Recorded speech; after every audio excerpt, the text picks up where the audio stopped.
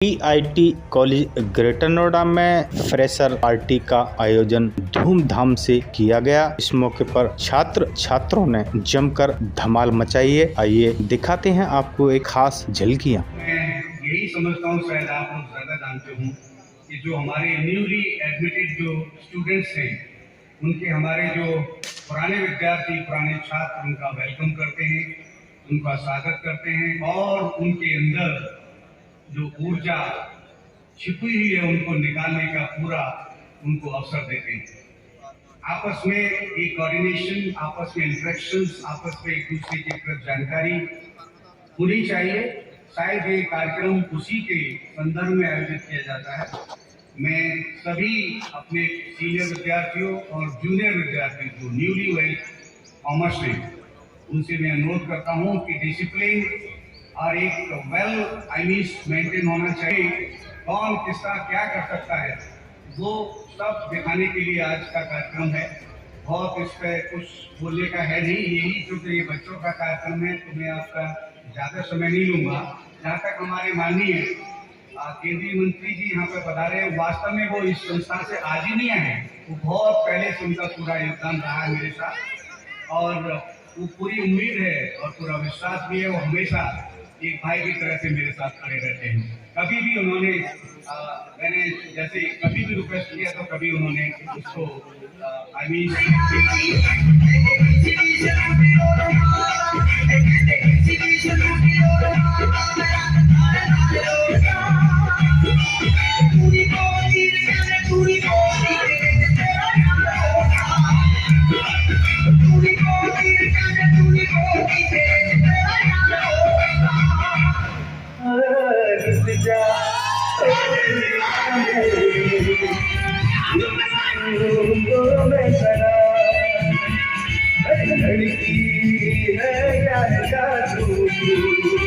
खुशबू है या नशा।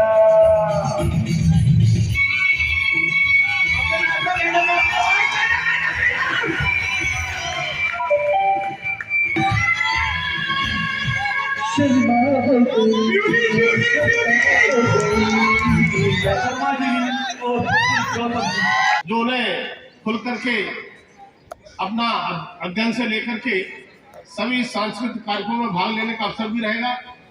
तो मैं बहुत ज्यादा लंबी चर्चा न करते हुए कि आप जिस इच्छा, अपेक्षा, जिस उम्मीद के साथ इस कॉलेज में प्रवेश लिए हैं, आपने अपने परिवार की उम्मीदों के अनुरूप यहाँ पर पढ़ाई करके केवल अपना कैरियर, अपने माँ बाप के सपनों का पूरा ही करना नहीं, बल्कि इस संस्था को आगे बढ़ाने का काम भी करना है। कॉलेज ग्रेटर नोएडा में फ्रेशर पार्टी का आयोजन किया गया है और आपने एज ए चीफ गेस्ट इसमें भाग लिया है, तो क्या कहना चाहते हैं, एक संदेश क्या देना? देखिए, पीआईआईटी में पहले भी मेरा आना रहा है और जिस तरह से पीआईआईटी के बच्चे आगे निकले हैं, मेरी बेटी भी यहाँ पर शिक्षा ग्रहण किया है, तो मैं कह सकता हूँ कि यहाँ के बच्चे बहुत अच्छे और कई जगहों पर उन्होंने इस विद्यालय का नाम रोशन किया है। और आज जिस तरह से फ्रेशर पार्टी वो रखी है, फ्रेशर पार्टी मतलब नए बच्चे आए हैं, उनके लिए जो सीनियर बच्चे हैं वो अपना पार्टी देते हैं। मतलब कि पहले रैगिंग के नाम पर न जाने सीनियर बच्चे फ्रेशर का उत्पीड़न करते थे, तरह तरह की घटनाएं सुनने को मिलती थी, लेकिन आज खुले मंच से उनके लिए यहाँ पर एक तरह से आपस में उनका परिचय हो रहा है और शिक्षा का अच्छा माहौल मिलेगा। मुझे लगता है कि ये अच्छी परंपरा है और कोई बच्चा जो इस तरह से उत्पीड़न होता था, अब इन ऐसे कार्यक्रमों से उनका उत्पीड़न नहीं होगा और मन लगा करके बच्चे अपनी पढ़ाई में। Professor doctor Bharat Singh, chairman PIIT Greater Noida institute के मुखिया होने के नाते मैं बच्चों में एक सौहार्द की भावना पैदा करना चाहता हूँ। इस फ्रेशर पार्टी का मकसद ही वही है कि नए बच्चे का पुराने बच्चे हमारे उनका वेलकम करते हैं, उनको पार्टी देते हैं, जिससे आपस में उनको मिलने का एक अच्छा अवसर प्राप्त होता है, जिससे उनके अंदर की जो ऊर्जा है, अंदर की जो क्वालिटी है वो भी निकल सकती हैं। उनको ये मौका मिलता है कि आप क्या हैं, आप क्या कहना चाहते हैं, आप अपने को कैसे प्रेजेंट करेंगे स्टेज पर या एक दूसरे से कैसे बात करेंगे, ये बखूबी वो यहाँ निभा सकते हैं या कर सकते हैं। तो ये बहुत ही एक अच्छा है। जबकि जैसे हमारे आदरणीय मंत्री जी ने कहा कि पहले रैगिंग का सवाल था, वो इससे रैगिंग का भी जो वैसे ही सुप्रीम कोर्ट का आदेश है, नोइंग कोई कर सकता है, लेकिन एक आदेश और एक स्वाभाविक तरीके से उसको बदलना बहुत फ़र्क होता है। एक ऑर्डर होता है, एक उसको कन्विंस करके उसको सही रास्ते पर लाया जाए, उसका अलग मतलब होता है। एक पुलिस का डंडा होता है, एक गुरु जी का वचन होता है, उसमें दोनों में फ़र्क होता है। तो इसी तरह से इसको आयोजित इसलिए किया है कि बच्चों आपस में खूब अच्छी तरह से एक दूसरे की हेल्प भी करें ज़रूरत पड़ते इन फ्यूचर, और एक अच्छे वातावरण, अच्छे डिसिप्लिन के साथ कैंपस में रहें। इसमें सर जो पीआईटी कॉलेज है ये ग्रेटर नोएडा शहर की स्थापना से ही यहाँ पर स्थापित है और शिक्षा के क्षेत्र में एक निरंतर आगे बढ़ रहा है, एक विकास कर रहा है।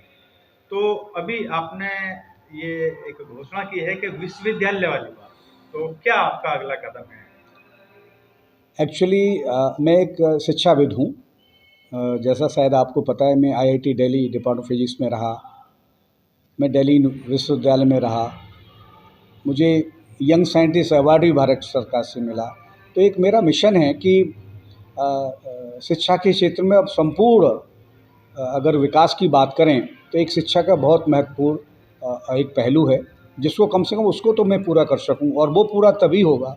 एक विद्यालय और विश्वविद्यालय में इतना फ़र्क है कि जो भी डिमांड मार्केट में है, जो भी डिमांड समय के अनुसार है देश की, राष्ट्र को डेवलपमेंट करने के लिए, वो विश्वविद्यालय में कोई भी कोर्स आप चला सकते हैं। तो एक तो मेरा ये मिशन है कि विश्वविद्यालय कैसे ही बनना चाहिए। तो उसी धारणा को लेते हुए मैं सोनीपत, ये जो Bharat institute of technology Sonipat, वो आपका ही है, मैंने इसको टेक ओवर किया था 2016 में। उसका मकसद ही ये था, और वो 18 एकड़ में बिल्कुल विश्वविद्यालय के नियमों को पूरा करता है, और उसी मकसद को लेकर मैं वहाँ पहुँचा।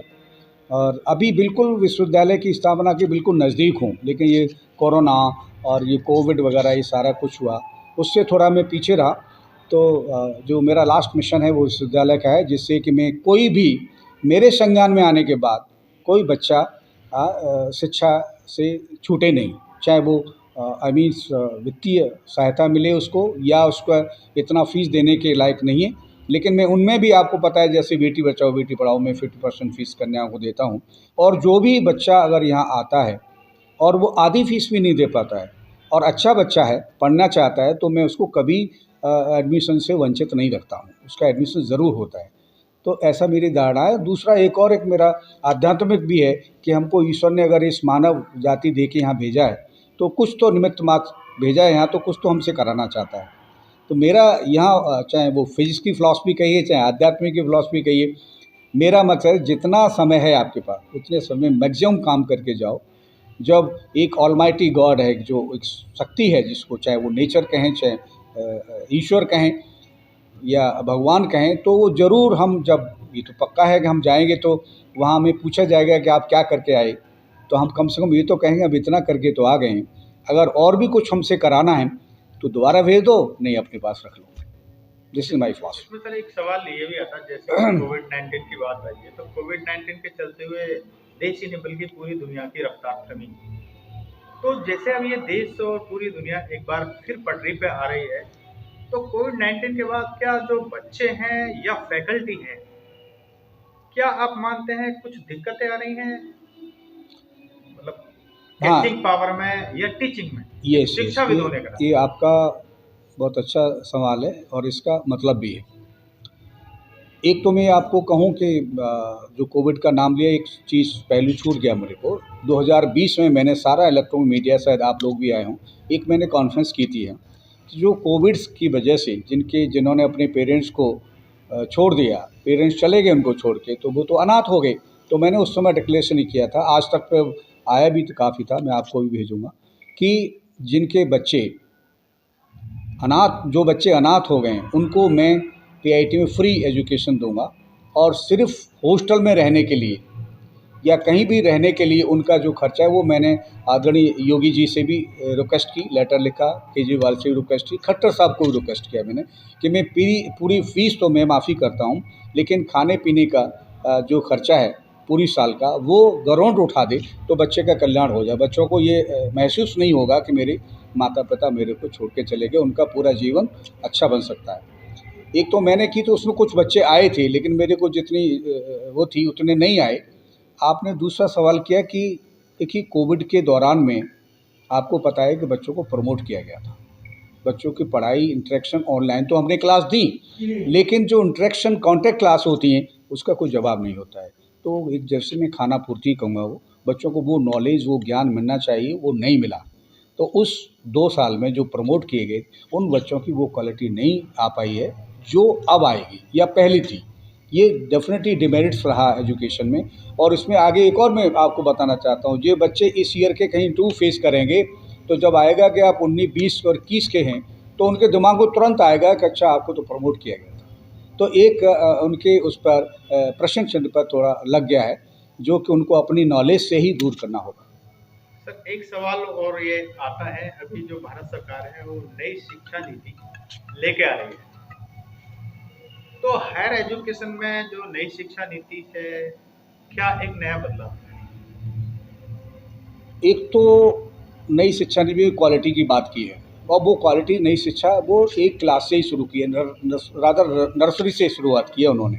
नर्सरी से उस बच्चे का पूरा ट्रेंड जो किताबी लिखना फिखना ये सब नई नई एक्टिविटीज़ के साथ नए नए मॉडल के साथ बच्चा शुरू से ही सीखेगा। उसका जो माइंड है वो कैसे डेवलप हो, क्योंकि आप समझते हैं बच्चे का जो ब्रेन होता है बिल्कुल ब्लैंक फ्लॉपी होती है। उस फ्लॉपी में जो भी आप इंट्रोड्यूस करेंगे वही बच्चे का डेवलपमेंट होगा। तो नई शिक्षा नीति एक तो बहुत अच्छा बात की गई है कि शुरू से ही नर्सरी या प्ले वे या जैसे बच्चा 2 साल का होता है तब उसी से उसको ज्ञान दिया जाए, और जो ब्लैक बोर्ड है सब हटा दिए जाए, उसको अलग अलग मॉडल अलग अलग एक्टिविटीज़ अलग अलग बुक्स के वो भी ड्राइंग कैसी टेक्निकल उसको डेवलप करते करते आगे आए हैं। और यहाँ भी जहाँ तक हायर एजुकेशन की बात की है आपने, वहाँ पर actually entrepreneurship new technically creative education की बात की है, टेक्निकली स्किल डेवलपमेंट की बात की है उसमें। ऐसा नहीं बच्चे को जैसे अभी ये सब रोज़गार नहीं है तो रोज़गार की क्यों ज़रूरत है, हम तो ऐसे बने ना जो खुद तो रोज़गार दें और दूसरों को भी रोज़गार दें। वो शिक्षा नीति में नई में डेवलप हुआ है कि आप रोज़गार लेना नहीं आप दे भी सकते हैं। तो इस तरह का है। तो अगर ये धीरे धीरे पॉलिसी अगर पूरा कंप्लीट हो गई तो एक अच्छे विकास की तरफ जाएंगे, और जो हमारे आदरणीय मोदी जी का जो सपना है कि एक विश्व गुरु बने वो बन सकता है। वो उसकी संभावना अब बढ़ती जा रही है और उसी लाइन ऑफ एक्शन पे हमारा देश आगे बढ़ रहा है, बशर्ते कि इस देश की इंटरनल जो पॉलिटिक्स है वो ख़त्म हो जाए। यानी आपका मानना है कि जो स्किल्स डेवलपमेंट है उस पर खासा जोर है? खासा जोर है उस पर। गवर्नमेंट पूरा स्किल डेवलपमेंट के पूरा खर्चा भी दे रही है, उसको पूरा पढ़ाने का खर्चा दे रही है, टेक्निकल ट्रेनिंग का पूरा खर्चा दे रही है, उसको प्लेसमेंट भी दे रही है उसके बाद। तो फिर डेफिनेटली ये सारे लोग टेक्निकली हो जाएंगे। आपको पता है कि बाहर आप देखिए अदर कंट्रीज़ में हमारे लोग तो वहाँ काम करें, भले ही उनको नागरिकता वहाँ की मिल गई है, लेकिन ओरिजिन तो इंडियन है ना वो। तो डेफिनेटली हमें क्वालिटी है, लेकिन हमें बाहर हमें पैसे के पीछे वहाँ क्वालिटी ज़्यादा है, वहाँ मैं डिफ़र करता हूँ। मैं भी जा सकता था, चाहता था, लेकिन मुझे अपने देश से ज़्यादा प्यार है। पैसा तो कभी रहा नहीं है न रहेगा, हम तो ऐसे ही आए थे और ऐसे ही फिर जाना है। तो अपने देश के प्रति पूरी निष्ठा और कर्तव्य निष्ठा के साथ काम करना चाहिए। हमारा एक पहलू शिक्षा है, हम शिक्षा को आगे बढ़ाते हुए शिक्षा से एक आयाम जो मानव का होता है डेवलपमेंट के लिए, और शिक्षा जिसकी ठीक है वो सोशल भी हो सकता है और आर्थिक स्थिति भी ठीक हो सकती है, और उसका मन किया तो वो पॉलिटिक्स में भी आ सकता है। इस वीडियो को लाइक करें, हमारे चैनल को सब्सक्राइब करें और बेल आइकन जरूर प्रेस करें